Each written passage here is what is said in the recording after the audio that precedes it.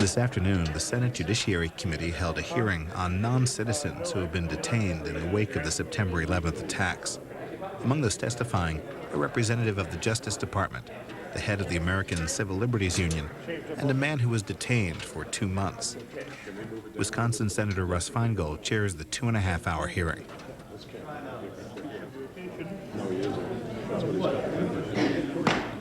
Hearing will come to order, please. We, I believe, have a vote at about 2:20, 2:25, so I'll make an opening statement, and if the ranking member is here, we'll do that as well, and perhaps be able to get through the first panel, at which time I'll recess and we'll come back and begin with the second panel as soon as we possibly can. Welcome to the third of 4 hearings on DOJ oversight, preserving our freedoms while defending against terrorism. This hearing will focus on the issue of individuals detained in connection with the September 11th attack investigation. This hearing will explore the importance of the Attorney General's providing a full accounting of who is being detained and why, as well as other basic information about the status of individuals detained since September 11th. We will also consider the Department of Justice's plan to question 5,000 individuals of Arab and Muslim nationalities in connection with the investigation. The terrorists struck the heart of our nation's financial capital when they struck New York City and took the lives of thousands of Americans. In the shadow of where the World Trade Center once stood is the Statue of Liberty, standing tall and proud with a torch raised to the skies. She shines her light on a city and a nation struggling to cope with this tragedy and working to prevent any such horrific act from ever happening again. Most important, though, Lady Liberty is a reminder of why Americans and immigrants, who, like my forefathers and those of probably everyone in the room, arrived on our shores, desiring to be Americans one day. They love our nation, and they are proud to be a part of it. Her beacon at the Golden Door to America is a beacon of freedom, a beacon of hope, and a beacon of justice. I fear that America's beacon of freedom and justice is threatened as we face almost daily revelations of extraordinary steps by the Justice Department that snub the rule of law and threaten to erode fundamental constitutional rights. As my colleague Senator Kennedy eloquently stated last week, no senator and no American has a monopoly on wanting to bring the perpetrators of the September 11th attacks to justice and doing all we can to prevent future acts of terrorism and the loss of American lives. I fully support our law enforcement officials in their tireless efforts to leave no stone unturned as they strive to protect our nation from future attacks. But as we move forward in our fight against terrorism, Congress, and especially this committee, has a responsibility to ensure that the constitutional foundations of our nation are not eroded. The beacon of freedom must continue to shine on our nation. During the course of the investigation of the September 11th attacks, the Justice Department has detained over 1,100 individuals. The Justice Department recently began releasing some information about the people who have been detained on federal criminal charges or immigration violations, but we still do not have a full picture of who is being detained and why. And there are reports that detainees have been denied their fundamental rights to due process of law, including access to counsel, and have suffered serious bodily injury. We simply cannot tell if those cases are aberrations or an indication of systemic problems if the Justice Department will not release further information about those being held in custody. The Attorney General has repeatedly and strongly asserted that he is acting with constitutional restraint. But the Department of Justice has a responsibility to release sufficient information about the investigation and the detainees to allow Congress and the American people to decide whether the Department has acted appropriately and consistently with the Constitution. We will hear today from Ali Al-Maqtari, who was detained by federal officials in Tennessee for almost 2 months for a minor immigration violation that would not usually merit detention. We will also hear from his lawyer, Michael Boyle, who will discuss his experience in representing Mr. Al-Maqtari and the experience of his colleagues who are representing detainees. Following Mr. Boyle, we will hear from Mr. Goldstein, who will talk about the challenges he faced in his representation of Dr. Al-Badr Al-Hazmi, a radiology resident in San Antonio, Texas, who was detained following the September 11th attacks for nearly 2 weeks. Finally, Nadine Strassen of the American Civil Liberties Union will talk about why disclosing basic information about the status of detainees is imperative, and comment on the implications of questioning over 5,000 young men from Arab and Muslim countries. This Friday, December 7th, our nation will mark the 60th anniversary of the bombing of Pearl Harbor, a day that President Roosevelt then said would live in infamy. While our nation made great strides for mankind as a result of our victory in World War II, we also lost something of ourselves when we interned over 120,000 Japanese Americans and thousands of German and Italian Americans. We later came to regret those acts. I do not suggest that what is now going on rivals that deplorable action taken in the name of national security. But I do think we need to learn a lesson from this history to question our government when it appears to be overreaching. Such questions are not unpatriotic, and they should not be viewed as an inconvenience by the executive branch. They are a crucial tool for Congress to play in its constitutional role in protecting the great heritage of this country and the rule of law.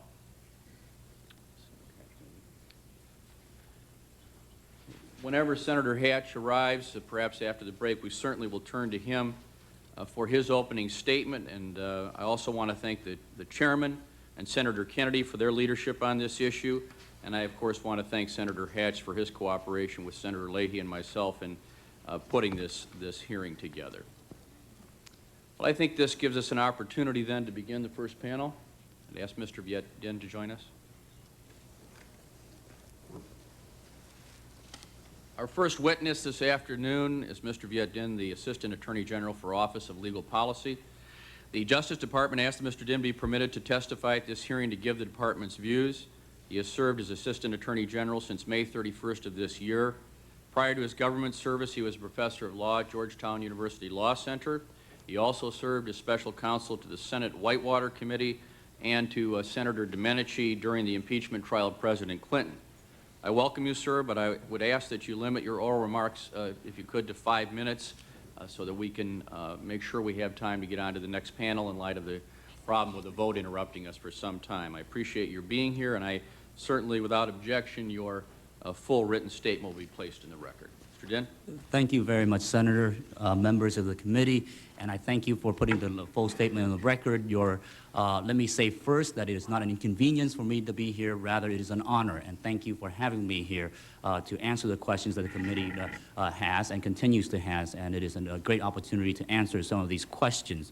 Your opening statement was quite moving, and so if I may, I will enter my written statement into the record and just very briefly touch upon the theme that you started with your opening statement about the nature of liberty in America. And it's a question that has revolved in my mind since September 11th and more honestly September 12th, because September 11th was a day of numbness for me. But on September 12th, I began to ask the question that I think most Americans have started asking themselves in this period also. That is why.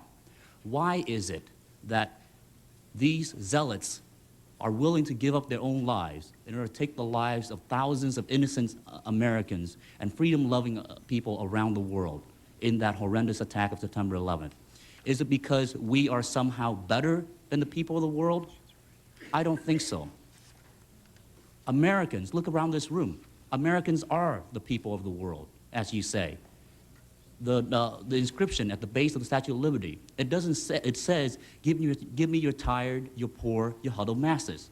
It doesn't say, give me your highest SAT. It does not say, give me your best and brightest. It says, give me your lowest. Give me the ordinary people of the world, and I will promise you something special.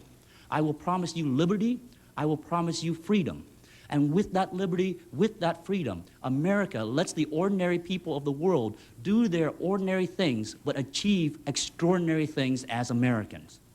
And so as we go forward in responding to the threat of terrorists in the future and in responding to the attacks of September 11th, we are very mindful that we will not sacrifice these values of freedom and liberty and the institutions that safeguard this freedom. At the same time, however, America is asking us to deliver to her people a different kind of freedom, freedom from fear.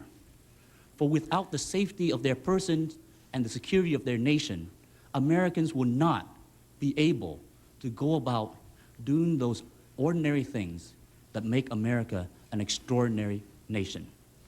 And as we go forward in this process since September 11th and continue to prosecute this war on terror, we have tried and we have committed to preserving this balance in order to defend freedom through law, which is the work, after all, of the Department of Justice.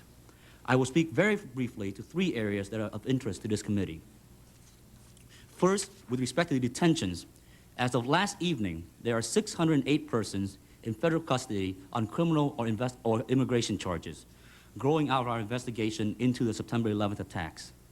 Of that total, 55 are being held on federal criminal charges. The remaining 553 are being detained on immigration-related charges. The department has charged a total of 105 persons for violation of criminal law. Some of those indictments or complaints have been filed under seal by order of court. The names and charges against all others have been publicly released. Every one of these detentions, let me assure you, is fully consistent with established constitutional and statutory authority. Each of the 608 persons detained has been charged with a violation of either immigration law or criminal law, or is the subject of a material witness warrant issued by a court. Every one of these individuals has a right of access to counsel. In criminal cases, and in case of material witnesses, of course, the person has a right to lawyer at government expense if he or she cannot afford one. Persons detained on immigration violations have a right to access to counsel, and the INS provide each person with information about available pro bono representation. Every person detained has a right to make phone calls to family members and attorneys. Under INS procedures, once taken into custody, aliens are given a copy of the detainee handbook, which details their rights and responsibilities, including their living conditions, clothing, visitation, and access to legal materials. In addition, every alien is given a comprehensive medical assessment. Detainees are informed of their right to communicate with their nation's consular or diplomatic officers, and for some countries, the INS will notify those officials that one of their nationals has been arrested or detained. Aliens are permitted access to telephones. Finally, immigration judges preside over legal proceedings involving aliens, and aliens have a right to appeal any adverse decisions, first to the Board of Immigration Appeals, and then to the federal court. Second, let me address the Justice Department's plan to conduct voluntary interviews of individuals who may have information relating to terrorist activity. On November 9th, the Attorney General directed all United States attorneys and members of the joint federal and state anti-terrorism task forces, the ATTFs, to meet with certain non-citizens in their jurisdiction. The Deputy Attorney General, Larry Thompson, issued a memorandum outlining the procedures and questions to be asked during those interviews. We seek to interview those who we believe may have information that is helpful to the investigation or to disrupting ongoing terrorist activity. The names were compiled using common sense criteria that take into account the manner in which Al-Qaeda has traditionally operated according to our intelligence sources. Thus, for example, the list includes individuals who enter the United States with a passport from a foreign country in which Al-Qaeda has operated or recruited, who enter the United States after January 1st, 2000, and who are males between the ages of 18 and 33. The President and the Attorney General continually has emphasized that our war on terrorism will be fought not just by our soldiers abroad, but also by civilians here at home. Last week, the Attorney General announced a new plan to enable our nation's guests to play a crucial part in this ongoing campaign. Non-citizens are being asked on a purely voluntary basis. I have to ask you to conclude. I will. Let me just describe this one particular program and I will conclude. On a purely voluntary basis, to come forward with useful and reliable information about persons who have committed or are about to commit terrorist attacks. Under this cooperators program, aliens may then be eligible to receive S visa and other immigration status adjustments in order to facilitate their stay in this country in order to help us with our continuing fight. And with that, I would love to answer any questions. Thank you, Mr. Dinh, and of course your full statement will be placed in the record. Without objection, I will submit for the record statements from Amnesty International, the Arab American Institute, and letters from Randall Hamoud and Terry Feiertag, lawyers who represent individuals who have been detained in connection with the September 11th investigation, who have also taken issue with the Attorney General's assertion that detainees have not been denied fundamental constitutional rights. No objection, and at this point, I'm going to turn to our ranking member of the full committee, Senator Hatch, for his statement, opening statement, and then I am going to withhold questions from Mr. Dinh. I plan to question the Attorney General on Thursday about these issues, and then we will recognize the senators present here for a 5-minute round, and then hopefully after the vote proceed to the other panel. Senator Hatch. Well, thank you, Mr. Chairman. I want to thank you for holding another Department of Justice oversight hearing, this one on the detention of aliens in connection with the September 11th attacks. I also want to thank you for acceding to the Department's request that one of their officials be permitted to testify. While there is much about which we may disagree, there should be no question that a balanced and fair examination of the Department's actions requires the presence of a departmental witness. This is the third oversight hearing this committee has held in the past week, and we have another scheduled with the Attorney General this Thursday. The topics I expect we will cover today were covered extensively last week and doubtless will be revisited yet again on Thursday. We are, of course, entitled to continue asking questions, but the legal analysis remains unassailable.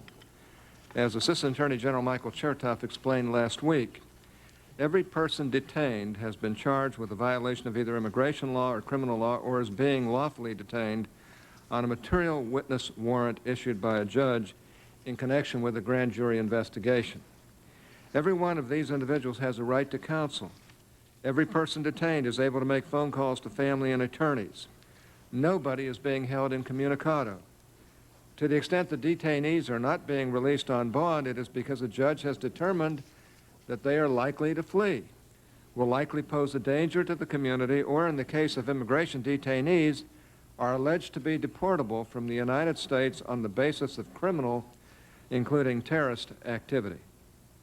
To the Department of Justice's credit, it understands its obligation to treat these detainees fairly and lawfully. Mr. Chertoff acknowledged last week that, quote, it is not acceptable to have a situation where their attorney can't get in touch with a detainee, and that it is not the policy of the government to try to interfere with attorney-client communication. We want everybody to have access to their lawyers, and we want to play by the rules, unquote. I take the department at its word and expect that any problems will be promptly remedied. Mr. Chairman, not surprisingly, there is a growing concern among the public that these rapid-fire oversight hearings are aimed less at providing information and more at demonizing the administration and our Attorney General for partisan purposes. I would like to believe that all of the criticisms the administration is receiving on these issues stem from a bona fide concern for civil liberties. But sometimes I am afraid to say it appears that this administration cannot take any action, however innocuous, without being second-guessed by pundits who fancy themselves armchair directors of the FBI. For example, I'm surprised and saddened that some critics of the administration have seen fit to criticize the FBI's decision to seek voluntary interviews with individuals who have recently entered our country from countries that are known havens for terrorists. I cannot imagine a less intrusive means of investigating these crimes than to ask people if they are willing to talk voluntarily with investigators. Yet even this measured initiative has drawn, in my opinion, unwarranted criticism. The recent terrorist attacks on Israeli teenagers will, one hopes, serve as an urgent reminder of the terrorist threat we face. If more is needed, I urge you to spend, everybody here, to spend some time with last Sunday's Washington Post. This article describes in horrible detail, excruciating detail, the terrible injuries suffered by so many in the attack on the Pentagon. I cannot shake from my mind the picture of Louise Kurtz, who has undergone more than 30 operations since being horribly burned in that attack. I thought the Post did a very good job in showing the suffering of these people. Mr. Chairman, the fundamental obligation of government is to protect its citizens from such harm. It is the solemn duty of this Congress and the administration to do everything consistent with our constitutional freedoms to stop terrorists from ever again striking in this country. And as some of our witnesses will make clear, we face a real and present danger from terrorist cells in this country. With that in mind, I urge my colleagues to rethink the focus of our upcoming hearing with the Attorney General. Let's put aside any partisanship and focus on the people's business. Let us ask General Ashcroft what the American people really want to know. Are we, and I think what they want to know is, are we doing everything we can to protect ourselves from terrorists? To me, that's the big question. Are we doing everything we can to protect ourselves from terrorists? And Mr. Chairman, I have great fondness and regard for you. And I know that you'll conduct these hearings fairly. And I also know that, that it is important that we get these matters on the record. And so you are doing the country a favor. But I am really concerned that, that we get about doing what we need to do to protect this country and worry a little bit more about that. And I know you're as worried as I am, but let's just keep doing everything we can to support those who have this tremendous burden on their shoulders, not the least of whom is our Attorney General, who we all know very, very well, and who I think is giving a tremendous effort to try and to make sure that our American public is protected. Thank you, Mr. Chairman. I think the senator from Utah, Senator and I get along exceptionally well, considering the lack of correlation in our voting records. And I know that the senator knows very... I'm hoping. Keep hoping. But I can tell you that I know that the senator knows that the purpose of this hearing is not to demonize the Attorney General for partisan purposes. I agree with that. Nor do I believe that that is the case with our chairman or the other members of the committee who are genuinely concerned about what, at a minimum, people would have to admit are unprecedented proposals. Perhaps they're justified, but they certainly are, in most cases, unprecedented. So I just wanted to clarify that on the record. And second, with regard to the interviews of the 5,000 men proposed, even the police chiefs in places like Portland, Oregon, and Ann Arbor, Michigan, are very uncomfortable with the requests there because of their concern that it would amount to the kind of racial profiling that their departments have tried so hard to avoid. So I'd simply add those items for the record, and I'd ask the ranking member if he would like to a 5-minute round with Mr. Dinh. Yes, if I could just ask one or two questions. The Attorney General has released the number, but not the names of those detained on immigration violations from the investigation of the September 11th attacks.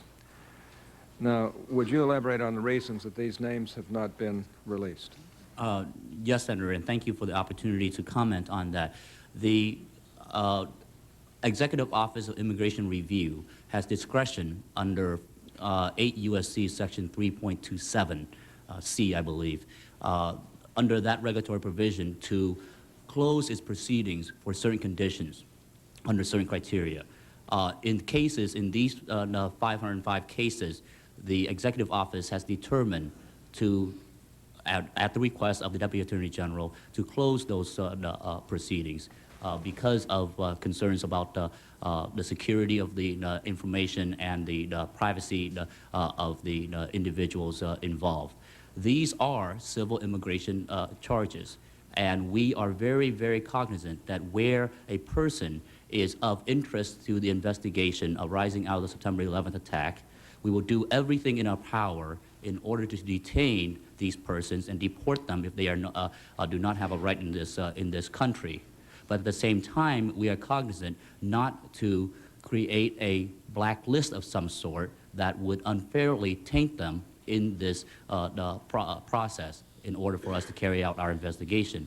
Independent of that, we have obviously strong law enforcement interests and security interests in maintaining the security of these proceedings. And so for all those reasons, we have made the determination that it would be inappropriate for us to release the names and charges with respect to these individuals. Well, thank you. In the written statement of one of the upcoming witnesses, he states that the recent regulation providing that an alien must be charged with an immigration violation within 48 hours after commencement of detention, except in the event of an emergency or other extraordinary circumstance, allows the Attorney General to hold an alien, quote, for virtually any period of time that the jailer chooses with no recourse or explanation, unquote.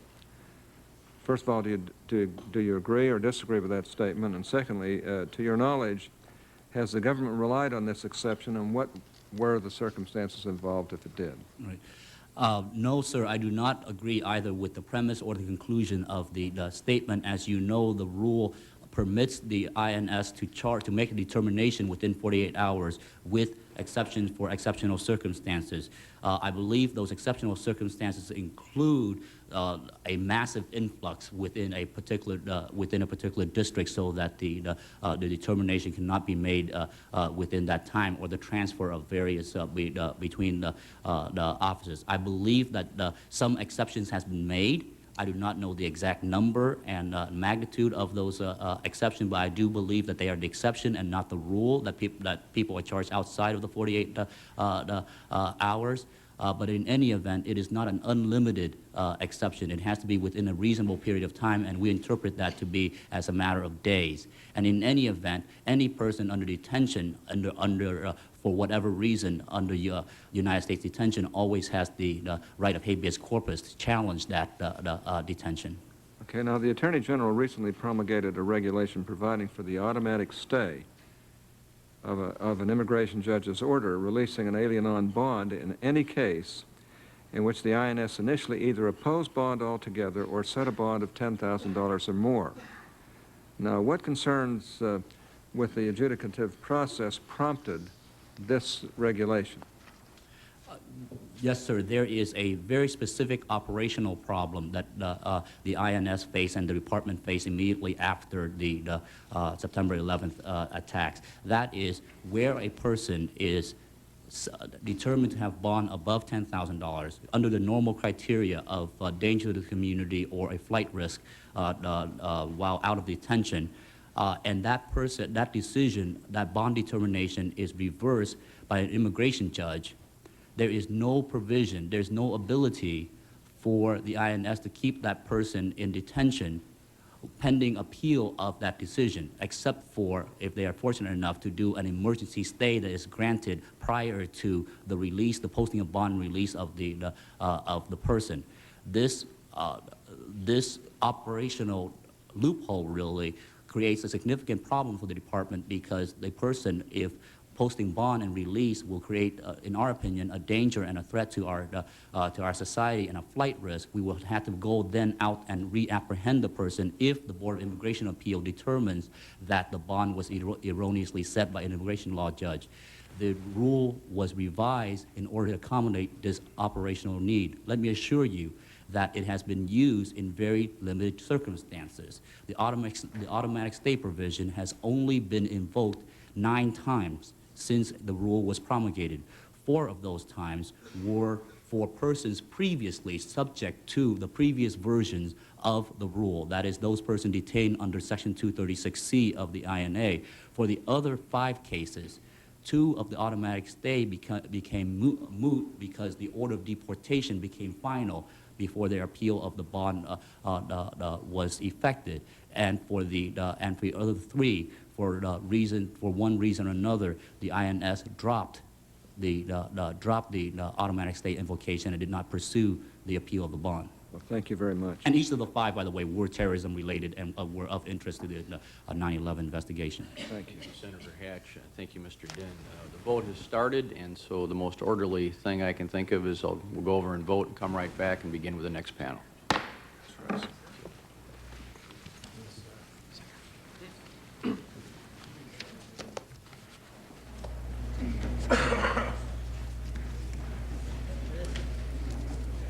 Alrighty. this? I'm just kidding.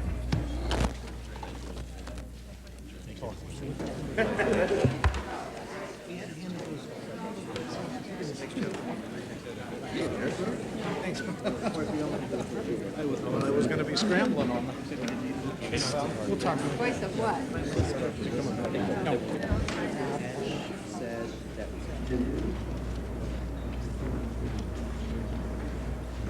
Call the committee back to order. Thanks for your patience. Before we begin with panel 2, I'd just like to take a moment to say a few things in response to Mr. Dinh. First, it is my understanding that the court administrator has closed immigration proceedings at the direction of the Attorney General, not on his own accord. And without objection, I'd like to place in the record an email from the court administrator to all immigration judges that make this clear. Let me also comment briefly on the new rules mentioned by Mr. Dinh, the new ability of the INS to obtain what amounts to an automatic stay of a decision to release a detainee or set for bond for that release. Once again, the department has made itself judge and jury. Prior to this ruling, all the department had to do is file a motion for a stay and then convince the Board of Immigration Appeals that the detainee presents a flight risk or danger to the community.